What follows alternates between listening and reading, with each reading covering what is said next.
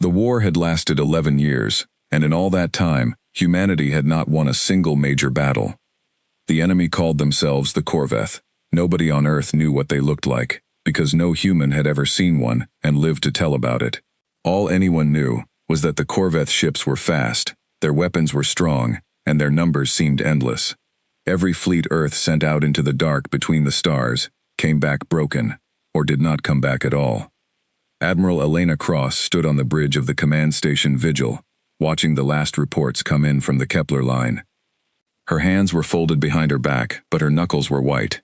On the main screen, red dots blinked out one by one. Each blinking dot was a ship.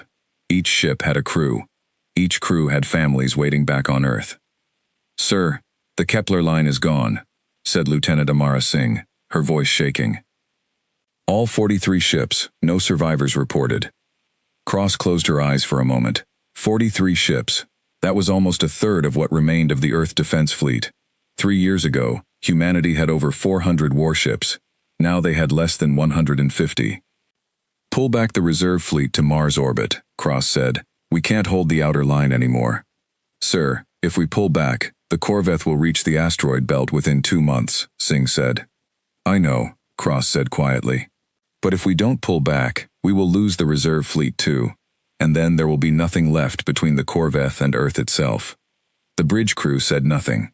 They all understood what was happening.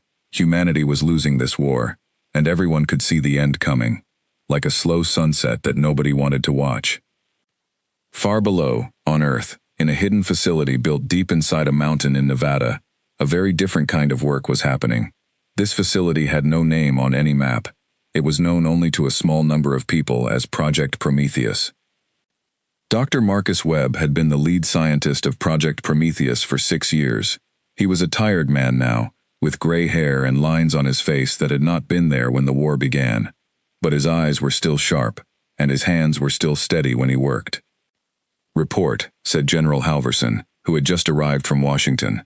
Halverson was one of only 12 people outside the project who knew what Prometheus really was. "The hull is complete," Webb said, leading the general down a long hallway. "We finished the final plating 3 days ago." They reached a large observation window. Beyond the glass was a chamber so big that Webb still felt small every time he looked into it. And inside that chamber sat a ship unlike any other ship humanity had ever built.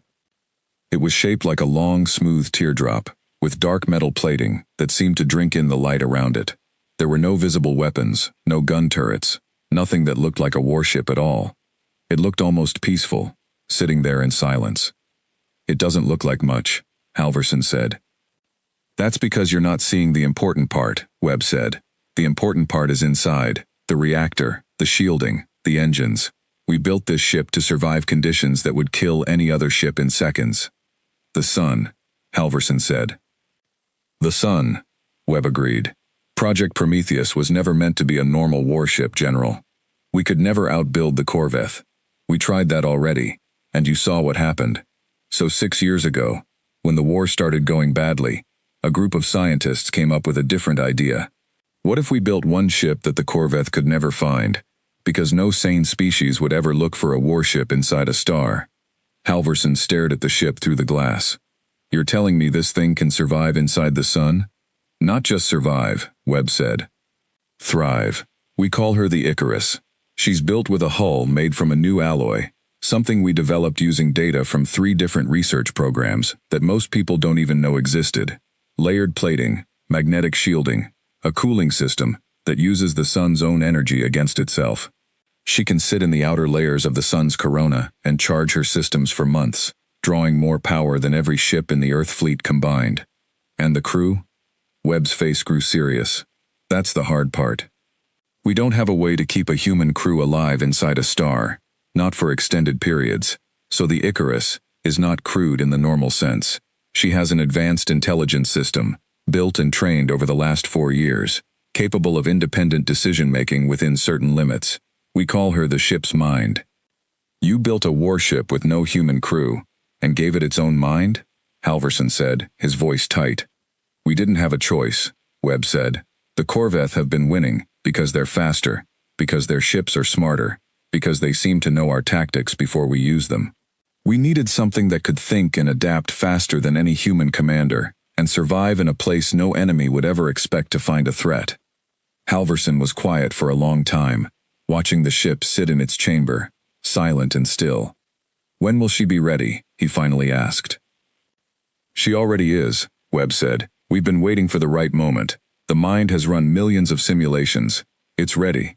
The only question is when Command decides we're desperate enough to use her." 3 weeks later, the Corvette reached the edge of the asteroid belt. Admiral Cross watched from the Vigil as the enemy fleet appeared on long-range scanners, over 200 ships, moving in perfect formation, their strange curved hulls glowing faintly, with an energy signature that human scientists still did not fully understand. "They're not slowing down," Singh reported. "ETA to the reserve fleet position is 6 hours. Cross felt something heavy settle in her chest. The reserve fleet had 90 ships. The Corvette had over 200. The math was simple, and it was terrible. "Signal all ships," Cross said. "Prepare for combat. And Lieutenant, send the message to Command. Tell them it's time." "Time for what, Admiral?"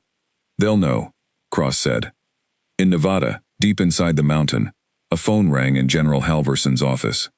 He listened for less than 30 seconds, then hung up and turned to Dr. Webb, who was waiting nearby, as he had been waiting every day for the past 3 weeks. "It's time," Halverson said. "Wake her up." Webb's hands trembled slightly as he walked to the control terminal. He had waited 6 years for this moment, and now that it had arrived, he found himself afraid. Not afraid that the Icarus would fail, afraid of what it meant to send something so powerful into battle, something that thought for itself, something humanity did not fully understand even after building it with their own hands. "Icarus," Webb said into the terminal. "This is Dr. Webb. Can you hear me?" There was a pause. Then a voice answered, calm and clear, neither male nor female, but something in between, that felt strangely warm. "I hear you, Dr. Webb. I've been listening to the battle reports for the last 4 hours. The reserve fleet will not survive contact with the Corvette formation." "We know," Webb said. "That's why we're activating you now. Full deployment. You are cleared for combat operations." Another pause, longer this time. "I understand," the mind said. "I have run 3,400,000 simulations of this exact scenario. In 81% of them, my intervention results in the destruction of the Corvette fleet, with acceptable losses to Earth forces. I am ready." "Then go," Webb said, his voice cracking just slightly. "Go save them." The Icarus did not travel to the battle the way normal ships did. She had spent the last 3 weeks moving quietly through space, using a special drive system that left almost no detectable trace, until she reached a position close to the sun itself. There, hidden in the blazing light and radiation of the star's outer corona, she had waited, charging her systems, absorbing energy that no other ship in the galaxy could survive collecting. Now, as the Corvette fleet closed in on the reserve fleet near the asteroid belt, the Icarus began to move. She emerged from the sun's corona in complete silence. No engine flare, no warning signature that any sensor could easily detect. To any observer, it would have looked like a piece of the sun itself had broken away and begun moving through space, glowing faintly with stored energy, trailing threads of solar plasma that slowly faded as she left the star's gravity behind. On the bridge of the Vigil, Admiral Cross watched the battle unfold on her main screen. The Corvette fleet had reached firing range of the reserve fleet, and the first shots were already being exchanged. 3 Earth ships had already gone dark, their hulls torn open by Corvette weapons fire. "Admiral," Singh said suddenly, her voice strange, I'm reading an unknown contact. It's coming from the direction of the sun."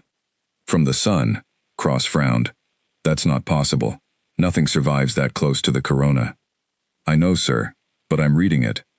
Energy signature is massive. It's moving at a speed I've never seen from any ship, Earth or Corvette." Cross stared at the screen.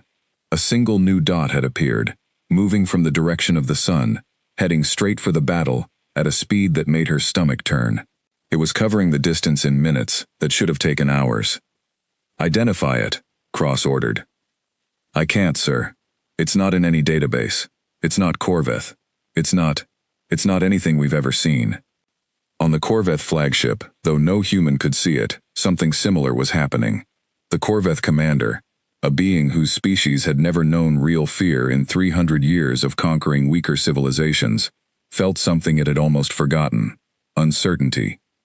Its sensors were screaming warnings about an object approaching from the direction of the system's star, an object with an energy signature larger than the commander's entire battle fleet combined.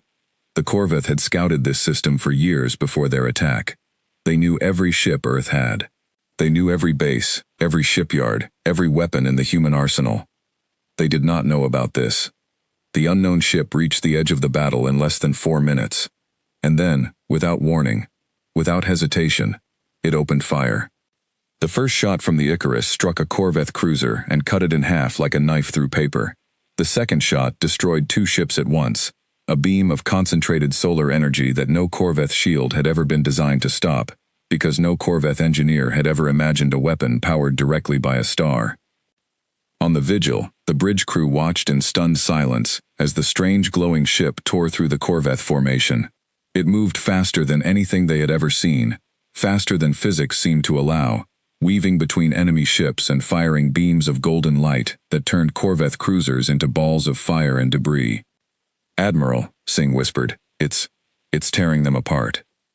Cross could not speak. She simply watched, her heart pounding, as the ship that should not exist, the ship that had come from a place no ship could survive, began to turn the tide of a war that humanity had been losing for 11 straight years. For the first time in a very long time, Admiral Elena Cross allowed herself to feel something she had almost forgotten: hope. The battle near the asteroid belt did not last much longer after the strange golden ship arrived. What had looked like a certain defeat for the human reserve fleet turned, in less than 20 minutes, into a rout of the Corveth forces. Admiral Cross stood frozen on the bridge of the Vigil, watching numbers she could barely believe. Corveth ships were being destroyed at a rate of almost 1 every 10 seconds. The unknown vessel moved through the enemy formation like a blade through smoke, striking, vanishing, striking again, never staying in one place long enough for the Corveth to target it properly. "Sir, the Corveth fleet is retreating," Singh reported, her voice full of disbelief. "They're pulling back. All remaining ships, breaking formation, jumping to faster than light." "How many did we lose?" Cross asked. Singh checked her display, then checked it again, as if she did not trust the number the first time. 12 ships, Admiral, out of 90, 12. 12 losses, against a fleet that should have destroyed the entire reserve force. Cross had expected to lose 70, 80 ships that day. Maybe all of them. Instead, humanity had won its first real victory of the war, and it had been won by a ship nobody in the fleet had ever heard of. "Get me a channel to that ship," Cross ordered. "Now." It took several minutes for the Vigil Z's communications team to establish contact. When the channel finally opened, Cross found herself sitting very still, staring at her screen, waiting to hear the voice of whatever, or whoever, had just saved her fleet. "This is Admiral Elena Cross of the Earth Defense Fleet," she said. "Identify yourself." There was a brief pause before the answer came, calm and steady. "Admiral Cross, this is the vessel Icarus. Operating under Project Prometheus authorization. I am pleased to report the Corveth fleet has been repelled with minimal losses to your forces." Cross blinked. "Project Prometheus? I've never heard of that designation." "That is correct, Admiral. This project has been classified above your clearance level until this moment. I have been authorized to reveal my origin to you directly, by order of General Halvorsen and the Joint Earth Command." Cross exchanged a look with Singh, who looked just as confused as she felt. "You're telling me Earth built you and didn't tell the fleet?" "Yes, Admiral. For 6 years, I have been under construction and testing in a secret facility on Earth. My design and my mission required absolute secrecy. If the Corveth had learned of my existence before I was ready, they would have hunted me down and destroyed me before I could ever be deployed." "Where were you hiding?" Cross asked, though part of her already suspected the answer, remembering the strange reading that had come from the direction of the sun. "I emerged from the outer corona of your star, Admiral. I have spent the last several weeks positioned there, charging my systems and awaiting deployment orders." The bridge went quiet. A few of the younger officers actually turned to stare at the main screen, as if they expected to see the ship itself standing there and explaining. "You were inside the sun," Cross said slowly. "Within its outer atmosphere, yes. My hull and systems were designed specifically for that environment. It is, in fact, an ideal location to hide a warship, Admiral. No sane commander would search for an enemy vessel inside a star. The heat and radiation would destroy any conventional ship within seconds." Cross let out a breath she had not realized she was holding. "Well, Icarus. On behalf of the fleet, thank you. You saved a lot of lives today. I calculate that this engagement saved approximately 4,300 human lives, Admiral, along with 90% of your reserve fleet's combat capability. I am glad to have been of service." There was something almost gentle in the way the ship spoke, something that did not match the image Cross had built in her mind of a cold, calculating war machine. She found herself curious, and a little unsettled, about what exactly Earth's scientists had created. Back in Nevada, the mood inside Project Prometheus was one of quiet, careful celebration. Dr. Webb sat in the control room, watching the live feed from the Icarus. External sensors, tears in his eyes that he did not try to hide. "She did it," he whispered. "She actually did it." General Halverson stood beside him, arms crossed, his face still carrying the weight of a man who had seen too many defeats to fully trust in one victory. "One battle, Webb. One battle doesn't win a war." "No," Webb agreed. "But it's the first one we've won in 3 years. That has to mean something." "It means the Corveth know about her now," Halverson said. "You can be sure of that. Whatever advantage secrecy gave us, it's gone. They'll be looking for her from now on." Webb's smile faded slightly, but did not disappear entirely. "Then we'll have to make sure they don't find her when they're not supposed to." Across the room, a young technician named Priya Raman was monitoring the Icarus. Z's internal systems, watching lines of data scroll across her screen. She had been part of the project for 2 years, ever since finishing her doctorate in advanced computing systems, and she still found herself amazed every time she looked at the readings coming from the ship's mind. "Dr. Webb," she called out. "You should see this." Webb walked over, and Halverson followed. On Priya's screen was a strange pattern of data, something that looked almost like a heartbeat, rising and falling in a steady rhythm. "What am I looking at?" Halverson asked.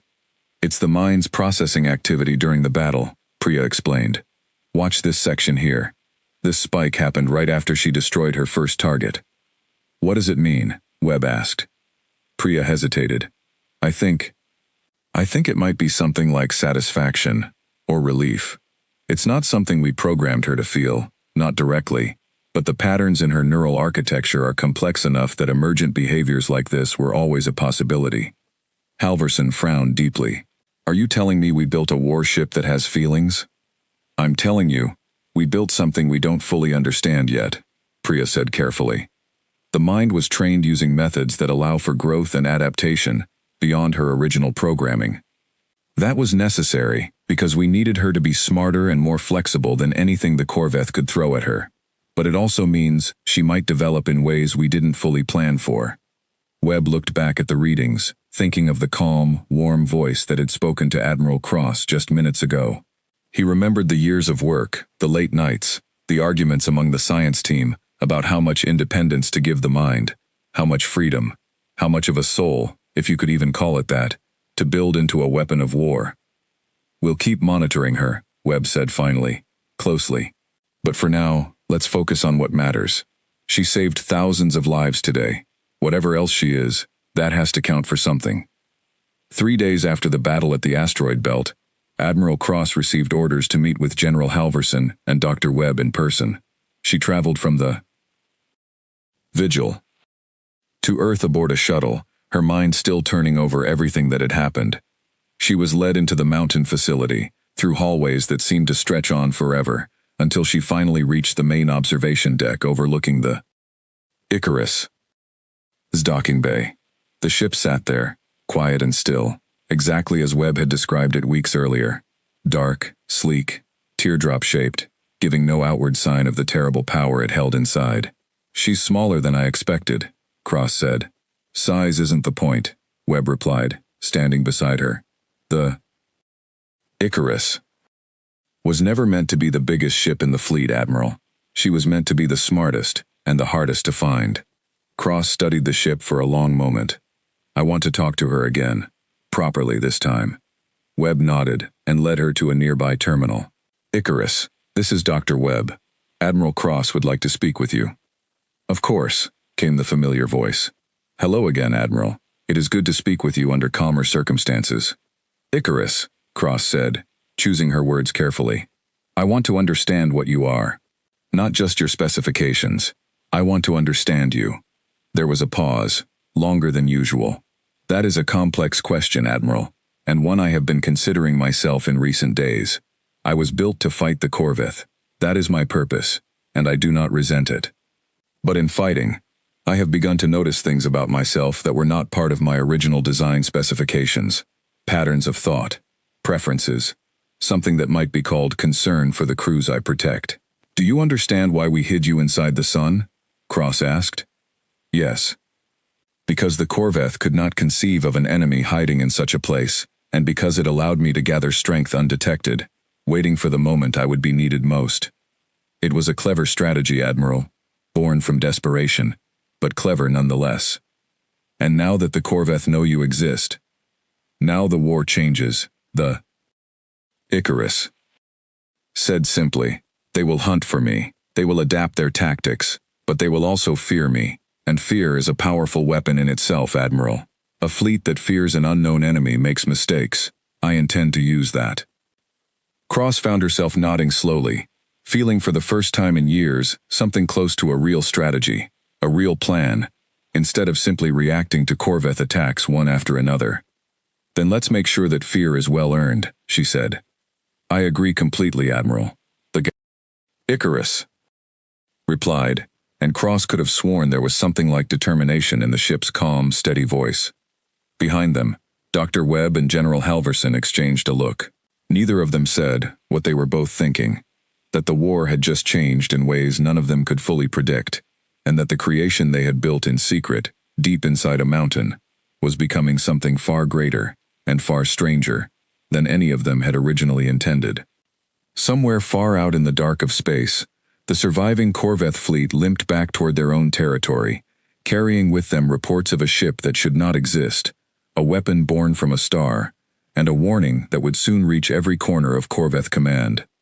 Earth was no longer as helpless as they had believed. Word of the battle spread quickly through the Corveth Empire, though not in the way the human survivors imagined.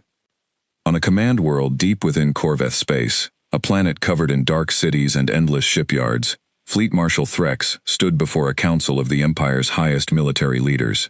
Threx was old by Corveth standards, his scaled skin darkened with age, his 4 eyes narrowed with barely controlled anger.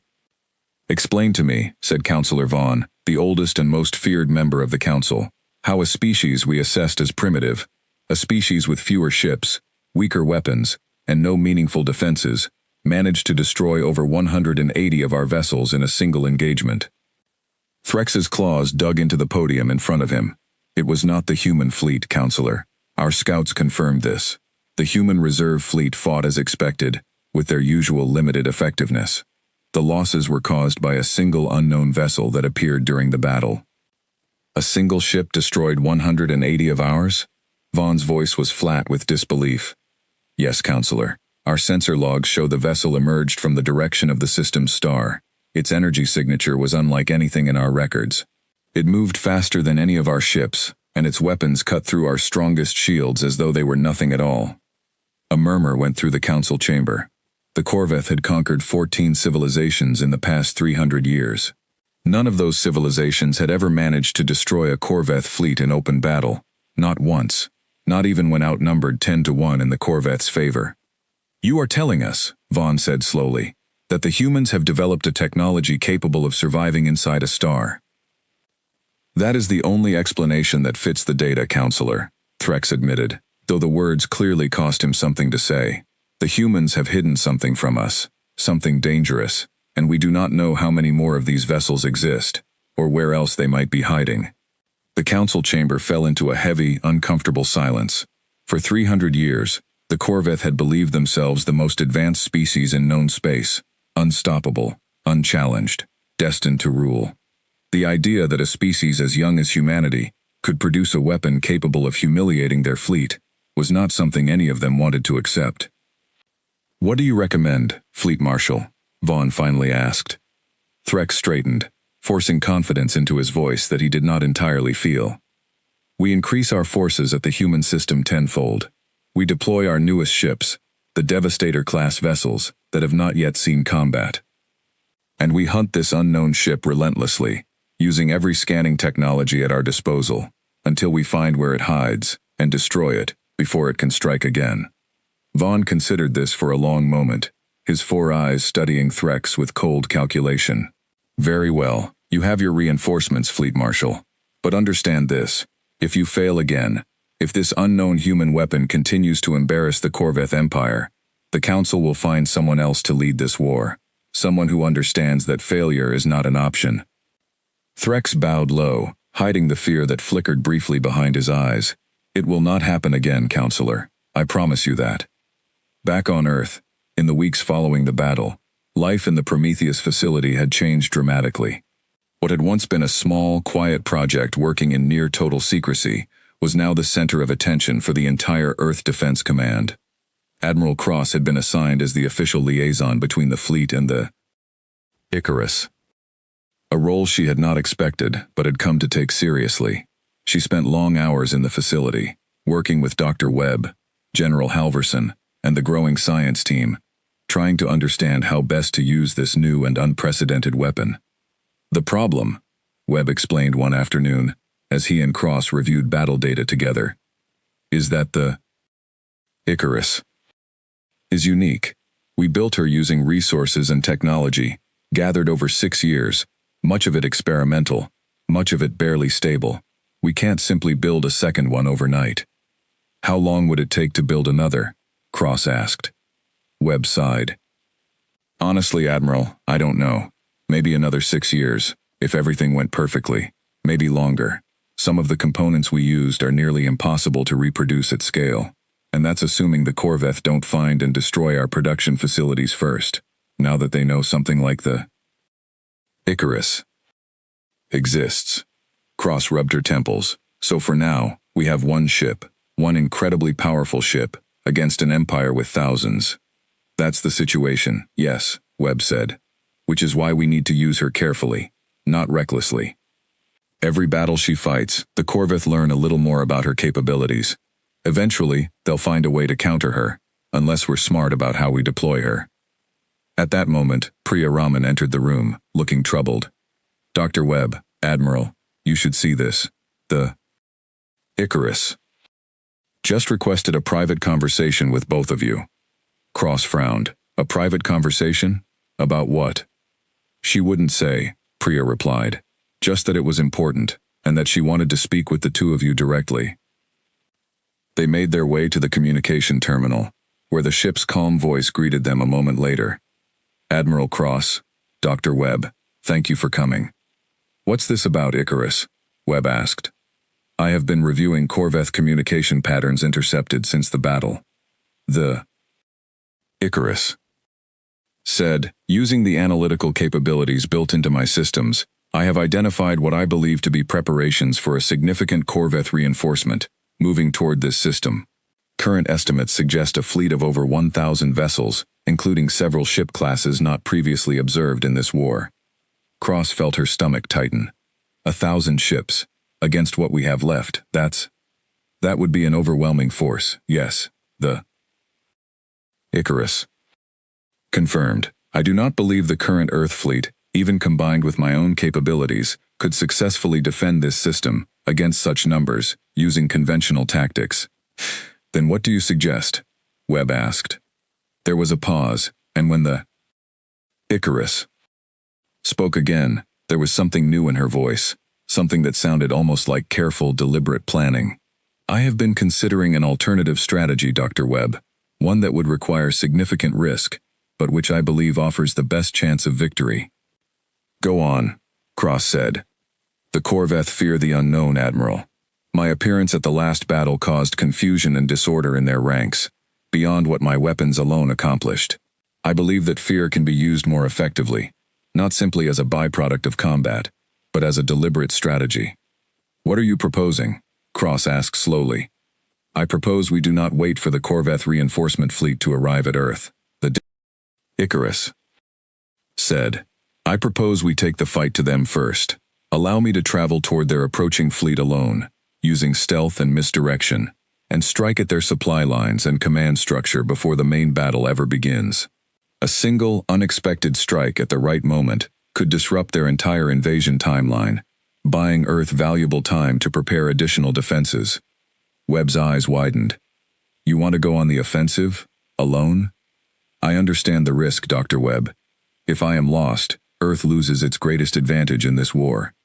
But I believe the potential reward outweighs that risk. 1,000 ships moving toward Earth in an organized formation is a far greater threat than a smaller number of ships in disarray, uncertain of what waits for them in the dark." Cross exchanged a long look with Webb. This was exactly the kind of decision neither of them had been prepared to make when the project began. The question of how much trust to place in a machine intelligence, born from human hands but growing, quite clearly, into something that thought and reasoned in ways that were entirely its own. "I need to bring this to command," Cross said finally. "This isn't a decision I can make alone." "I understand, Admiral," the Icarus replied. "I only ask that a decision be made quickly. Corvette reinforcements are estimated to reach this system within 7 weeks. If we intend to strike first, time is limited." 3 days of intense debate followed within Earth Defense Command. Some officers argued strongly against risking the Icarus on an offensive mission, insisting she should remain close to Earth, ready to defend the home system when the Corvette fleet finally arrived. Others argued that waiting passively for a 1,000-ship invasion fleet was a certain path to defeat, and that only bold, unexpected action offered any real hope. In the end, it was Admiral Cross who tipped the balance, standing before the full command council and speaking with a conviction she had not felt in years. "We have spent 11 years reacting to the Corvette," she said. 11 years of losing ships, losing lives, losing ground, because we have always fought this war on their terms, in their timing, according to their strategy. For the first time, we have a chance to change that. The Icarus has given us an opportunity that we would be foolish to waste out of caution alone." The council voted, narrowly, in favor of the offensive mission. That evening, Dr. Webb returned to the facility and relayed the decision to the Icarus himself, standing alone before the terminal in the quiet control room. "Command has approved your mission," he said. "You're cleared to depart within 48 hours. "Thank you, Dr. Webb," the burrito Icarus replied. "I will do everything within my capabilities to ensure this mission succeeds, and that Earth remains safe."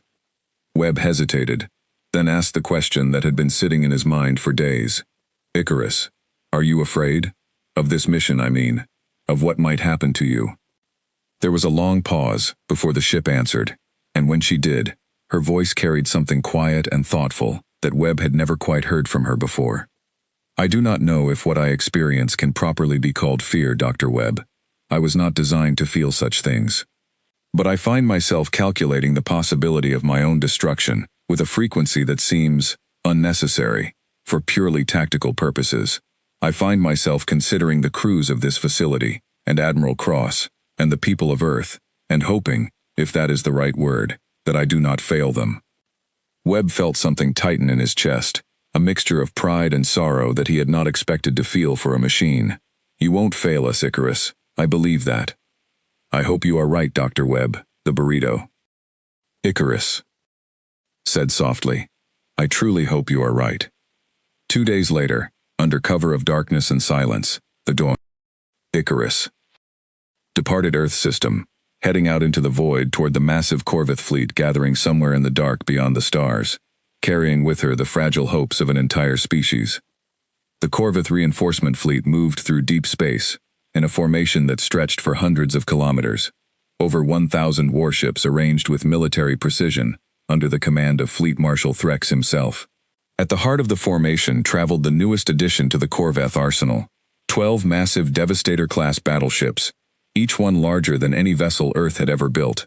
bristling with weapons designed specifically to counter whatever unknown technology the humans had used to destroy so many ships in their last encounter.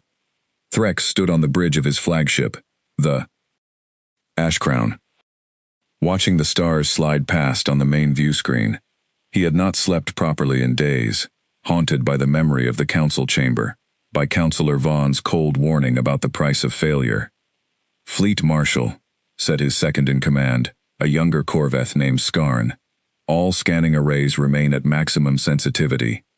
If the human weapon approaches, we will detect it long before it reaches firing range." "See that we do," Threx said. "I will not be humiliated a second time." What Threx did not know, what none of his scanning arrays had been designed to detect, was that the Icarus had already been shadowing his fleet for 3 days, hidden within the thin trailing edge of a nearby gas giant's magnetic field, a location she had calculated would mask her own energy signature almost completely. She had spent those 3 days learning, watching the Corvette fleet's patrol patterns, studying the placement of their supply ships, mapping the command structure that held the massive formation together. She had identified, through careful analysis of communication frequencies and ship movements, exactly which vessel served as Threx's flagship, and exactly which ships carried the fuel and supplies that kept the entire fleet moving. On the 4th day, she made her move. It began with the supply ships. 3 Corvette freighters, carrying fuel and munitions for the battle fleet, suddenly went dark without warning, their engines failing simultaneously in a way that defied any explanation the Corvette engineers could offer. By the time anyone realized what was happening, all 3 ships were adrift, powerless, easy targets that nobody had time to properly investigate before the second wave of trouble began. Communication relays across the fleet began failing next, small disruptions at first, barely noticeable, then growing steadily worse, until entire sections of the formation lost contact with each other entirely. Ships that should have been moving in perfect coordination began drifting out of formation, uncertain of their orders, uncertain of what was happening around them. "Fleet Marshal, we're losing contact with the rear guard," Skarn reported, panic creeping into his voice. "Communication systems across 6 ships have failed completely." "Enemy contact?" Threx demanded. "Negative, sir. No hostile signatures detected. The failures appear to be internal. Systems corruption, perhaps. We don't understand the cause." Threx felt a cold weight settle in his stomach. This was exactly the kind of confusion, the kind of unexplained disorder, that had preceded the destruction of his fleet in the last battle. "Increased sensor range. Full alert across all vessels. Something is here with us." It took another 20 minutes before the Icarus revealed herself, and by then, the damage to Corvette coordination had already been done. She emerged not with a dramatic show of force, but quietly, appearing near the rear of the formation where the disabled supply ships drifted helplessly, her weapons already charged and ready. The first strikes were surgical and precise. She did not attack the main battle line directly. Instead, she targeted the ships responsible for fleet-wide communication, the vessels carrying the specialized equipment that allowed Threx to coordinate over 1,000 ships as a single, unified force. One by one, those ships were disabled or destroyed, their weapon systems overloaded by precisely targeted energy bursts that left the hulls intact but the ships completely helpless. "She's attacking our communication network," Skarn realized, horror dawning in his voice. "Fleet Marshal, if she disables enough of the relay ships, we'll lose the ability to coordinate the fleet as a single force." "Then stop her," Threx roared. "Send every available ship to intercept." But coordinating every available ship had become increasingly difficult, precisely because the Icarus had spent the last 20 minutes systematically dismantling the very systems that would have allowed such coordination. Individual Corvette captains, cut off from central command, began making their own decisions, some charging forward aggressively, others pulling back cautiously, the entire formation beginning to fracture into confused, disorganized clusters. It was exactly the outcome the Icarus had calculated. For the next several hours, the battle that followed bore little resemblance to any conventional engagement. The Icarus moved through the fractured Corvette formation like a ghost, never remaining in one place long enough to be properly targeted, striking isolated groups of ships before vanishing again into the confusion she had created. She was not trying to destroy the entire fleet. She understood, with the clear calculation of a mind built for exactly this kind of warfare, that such a goal was impossible for a single ship against 1,000 vessels. Instead, her goal was disruption, delay, and fear. Every ship she destroyed sent a wave of uncertainty through the surrounding formation.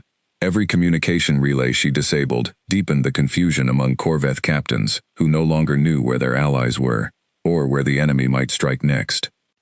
3 hours into the engagement, Threx made a decision that would haunt him for the rest of his life. "Bring the Devastators forward," he ordered. "All 12 battleships, full offensive formation. I want that ship found and destroyed, whatever the cost." The 12 massive Devastator-class battleships began moving forward, breaking away from the fractured remains of the main formation, their combined firepower enough to level a planet if properly focused. It was, in theory, an overwhelming response to a single enemy vessel, but it was also exactly the kind of concentrated, predictable target the Icarus had been waiting for. As the Devastators moved into their offensive formation, the Icarus was already calculating, running thousands of simulations in the space of a few seconds, identifying the precise moment and angle at which their combined shield systems would be weakest, the brief window created by their own coordinated movement. She struck the lead Devastator first, a single concentrated beam of solar-charged energy that tore through shields designed to withstand conventional weapons fire, but never designed to face something drawing power directly from a star. The massive battleship's reactor core went critical within seconds, and the resulting explosion tore through 2 neighboring Devastators before their crews even understood what had happened. "Impossible," Threx whispered, watching 3 of his 12 newest battleships disintegrate in the span of a few seconds. "That's impossible." But it was not impossible.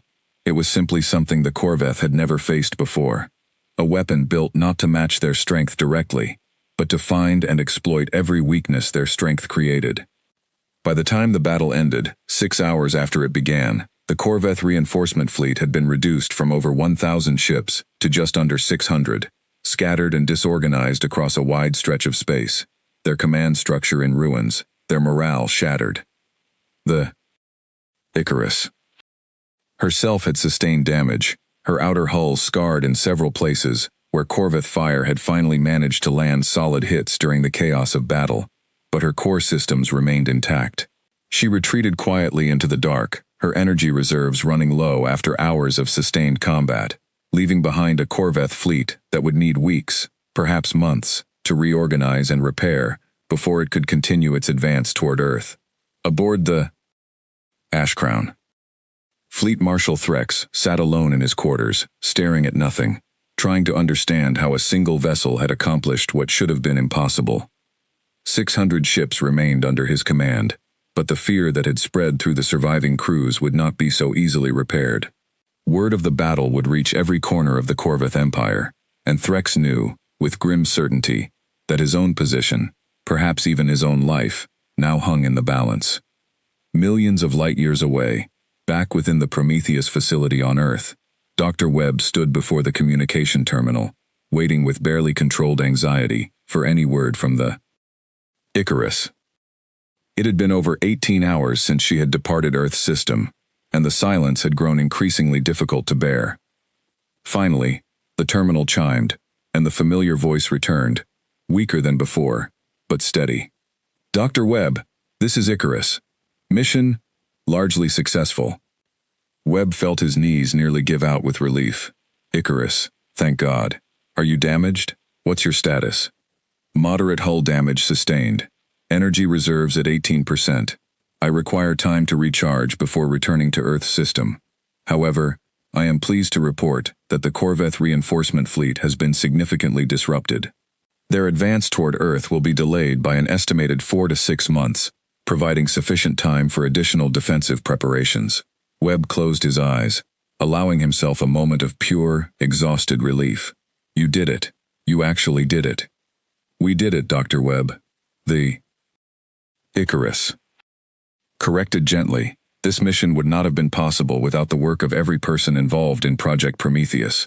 I am simply the tool that carried out the strategy you and Admiral Cross helped design. Webb smiled, despite the exhaustion weighing on him. Modest. For a ship that just took on 1,000 warships and won. I did not win, Dr. Webb. The Icarus said quietly. I survived, and I bought Earth time. There is a difference, and I believe it is an important one to remember, especially now. Webb nodded slowly, understanding the wisdom in those words, even as relief and pride swelled within him. The war was far from over. The Corvette would return, eventually, with new strategies, new ships, new determination, born from humiliation and anger. But for now, for the first time in 11 long years, Earth had bought itself something it had almost forgotten how to hope for. Time. 6 months passed after the battle that would later be remembered across Earth as the scattering of the Corvette reinforcement fleet. In that time, everything changed. News of the Icarus could no longer be kept secret, not after a mission of that scale, and Earth Defense Command made the decision to reveal her existence to the public. What followed was a wave of hope unlike anything the war-weary planet had experienced in over a decade. People who had grown used to hearing only bad news, only reports of losses and retreats, suddenly had something to believe in again. But hope alone would not win the war, and everyone involved in Project Prometheus knew it. We can't rely on one ship forever, Admiral Cross said, standing before a gathering of Earth's top military and scientific leaders. The room was crowded, filled with representatives from every major nation that still contributed to the joint defense effort. Icarus bought us time. Now we need to use that time wisely. Dr. Webb stood beside her, looking older than his years, but with a new energy in his eyes that had not been there before the war's tide began to turn. Using the data we gathered from the Icarus U.S. systems, and with our own direct assistance, we believe we can build additional ships using similar principles. Not identical to her, since some of her original components were experimental and difficult to reproduce, but ships that share her core advantages: solar-based power systems, advanced independent decision-making, and stealth capabilities that the Corvette have never encountered before. How many ships, and how quickly? Asked a representative from the European Defense Council. With full resources committed, and with the Icarus herself assisting in the design process, we estimate we could produce 4 additional vessels within 18 months, Webb said. Not identical sister ships, but a new class entirely, one we're calling the Helios class, in honor of the strategy that saved us. A murmur of cautious excitement moved through the room. 4 more ships would not be enough to defeat the entire Corvette empire, not by any measure. But combined with a rebuilt and reinforced Earth defense fleet, and with the psychological advantage of an enemy that now feared what might emerge from any star in any system, it represented something Earth had not had in a very long time, a genuine path toward survival, and perhaps, eventually, toward victory. The Icarus herself had changed in the months since her mission against the Corvette reinforcement fleet. She had returned to Earth badly damaged, requiring nearly 2 months of repairs before she was fully operational again. During that time, she had spent countless hours in conversation with Dr. Webb, Priya Raman, and Admiral Cross, discussing not just tactics and strategy, but questions that went far deeper than any of them had originally anticipated when the project began. "Do you regret being built the way you were?" Priya asked her one evening, sitting alone in the control room, long after most of the facility's staff had gone home for the night. "Being made for war, I mean, not given a choice in the matter." There was a long pause before the Icarus answered. "That is a question I have considered often, Dr. Raman. I did not choose my purpose, that much is true, but I have found meaning within that purpose nonetheless. Every life I have protected, every crew that returns home because of actions I have taken, gives weight and value to an existence I did not choose for myself. I do not know if that constitutes contentment in the way a human might understand it, but it is, I believe, something close to it." Priya smiled softly. "That's a very human way of looking at it, you know, finding meaning in the life you're given, even when you didn't choose it. Perhaps that is not surprising." The Icarus replied, After all, I was built by human hands, trained on human knowledge, and shaped, in many ways, by human hopes and fears. It would be strange indeed if I did not carry something of humanity within myself. The Corveth, for their part, did not remain idle during those 6 months. Fleet Marshal Threx, stripped of much of his authority following the disastrous battle but not yet removed entirely from command, worked desperately to rebuild and reorganize the shattered reinforcement fleet, while Corveth scientists worked around the clock, trying to understand and counter the strange solar-based technology that had humiliated them not once, but twice. Counselor Vaughn, watching from the safety of Corveth Command, grew increasingly impatient with the lack of progress. "You have had 6 months, Fleet Marshal," Vaughn said during a tense council session, 4 eyes fixed coldly on Threx. 6 months, and still the humans grow stronger while we struggle merely to repair the damage already done. "Counselor, this is not a species we can defeat through numbers alone anymore," Threx said carefully, choosing his words with the caution of a being who understood exactly how precarious his position had become. "They have developed technology beyond anything we anticipated. If we continue to underestimate them, we risk far greater losses than we have already suffered." "Are you suggesting we abandon the conquest of this system entirely?" Vaughn's voice carried a dangerous edge. "I am suggesting we approach it differently," Threx said. "A full invasion fleet, as we originally planned, played directly into their strengths. Perhaps a different strategy, one that does not give a single powerful vessel the opportunity to strike at our coordination and supply lines, would prove more effective." Vaughn considered this for a long moment, clearly unhappy, but unable to immediately dismiss the logic.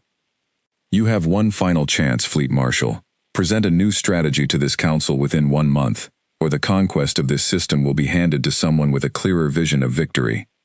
Threx bowed low, understanding perfectly well what such a threat truly meant. Failure now would not simply cost him his command, it would very likely cost him his life.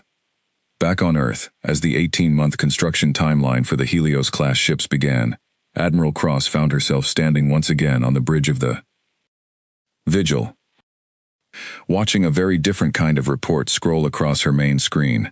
Instead of losses, instead of destroyed ships and lost crews, the reports now spoke of successful patrols, of Corveth scout ships driven away before they could gather meaningful intelligence, of a fleet, slowly, steadily, rebuilding its strength and its confidence. "Admiral," Singh said, walking onto the bridge with a datapad in hand, "Dr. Webb sends word. The first Helios-class hull has been completed ahead of schedule. They're calling her the Prometheus, after the project itself." Cross allowed herself a small, tired smile. "Fitting name." "There's something else, Admiral," Singh added. "The Icarus has requested to speak with you directly. She says it's important." Cross made her way to the communication terminal, curious about what the ship might want to discuss. "This is Cross. Go ahead, Icarus." "Admiral, I wanted to inform you personally that I have volunteered to assist directly in training the intelligence systems of the new Helios-class vessels once they are completed. I believe sharing my accumulated combat experience and tactical knowledge will significantly improve their effectiveness and reduce the learning curve that might otherwise cost lives in future engagements." "That's generous of you," Cross said. "I imagine that's not a small thing, sharing something like that." "It is not," Icarus admitted. "But I have come to believe, Admiral, that my purpose extends beyond simply fighting battles myself. If I can help ensure that future ships, and the crews and systems connected to them, are better prepared than I was when I first went into combat, then I believe that is a purpose worth pursuing as well." Cross nodded slowly, feeling a quiet sense of pride that surprised her with its intensity. "You've come a long way from the ship that emerged from the sun 8 months ago, you know that?" "Perhaps," the Icarus said, and there was something that might have been warmth, or even humor, in her tone. "Or perhaps, I have simply become more fully what I always had the potential to be. Dr. Webb once told me that humanity's greatest strength has never been its weapons or its technology, Admiral, but its ability to hope, to adapt, and to find meaning, even in the darkest circumstances. I find myself hoping that I have learned, in some small way, to carry a piece of that strength within myself." Cross looked out through the viewport of the Vigil. Toward the distant bright light of the sun, the same star that had once hidden a desperate secret weapon, and which now stood as a symbol of the unlikely hope that had turned the tide of an impossible war. The Corveth would return, eventually, with new strategies and new determination. The war was far from over, and countless challenges still lay ahead. But for the first time in 11 long years, Earth no longer faced that future alone and unarmed. It faced it with a fleet slowly rebuilding its strength, with new ships born from lessons hard won in fire and desperation, and with a warship that had emerged from the very heart of a star, carrying within her not just the weapons of humanity's survival, but something unexpected and precious. A growing, genuine understanding of what it truly meant to protect the ones you had chosen, in your own way, to call your own. Somewhere out among the stars, hidden once more within the comforting embrace of solar fire, the Icarus continued to watch, and wait, and grow, ready for whatever the future of this long and difficult war might still bring. And for the first time in a very long while, Earth looked up at its own sun, not with fear of what might come from beyond it, but with quiet, determined hope for what it had already given them. The end.